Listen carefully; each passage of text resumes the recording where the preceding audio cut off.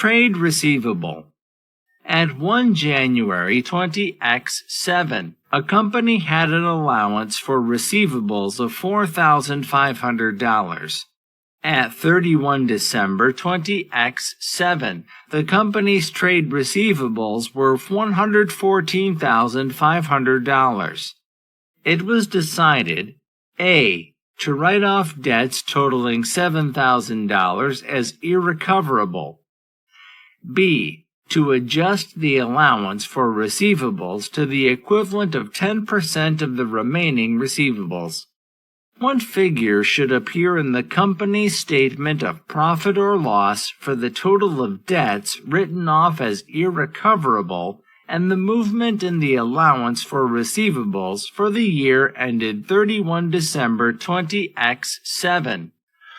Answer: closing receivables, $114,500. Irrecoverable debts write-off, minus $7,000, for a total of $107,500. Allowance required, 10% times $107,500, $10,750. Existing allowance, minus $4,500. Increase required, $6,250. Charge to statement of profit or loss, $7,000 plus $6,250, $13,250.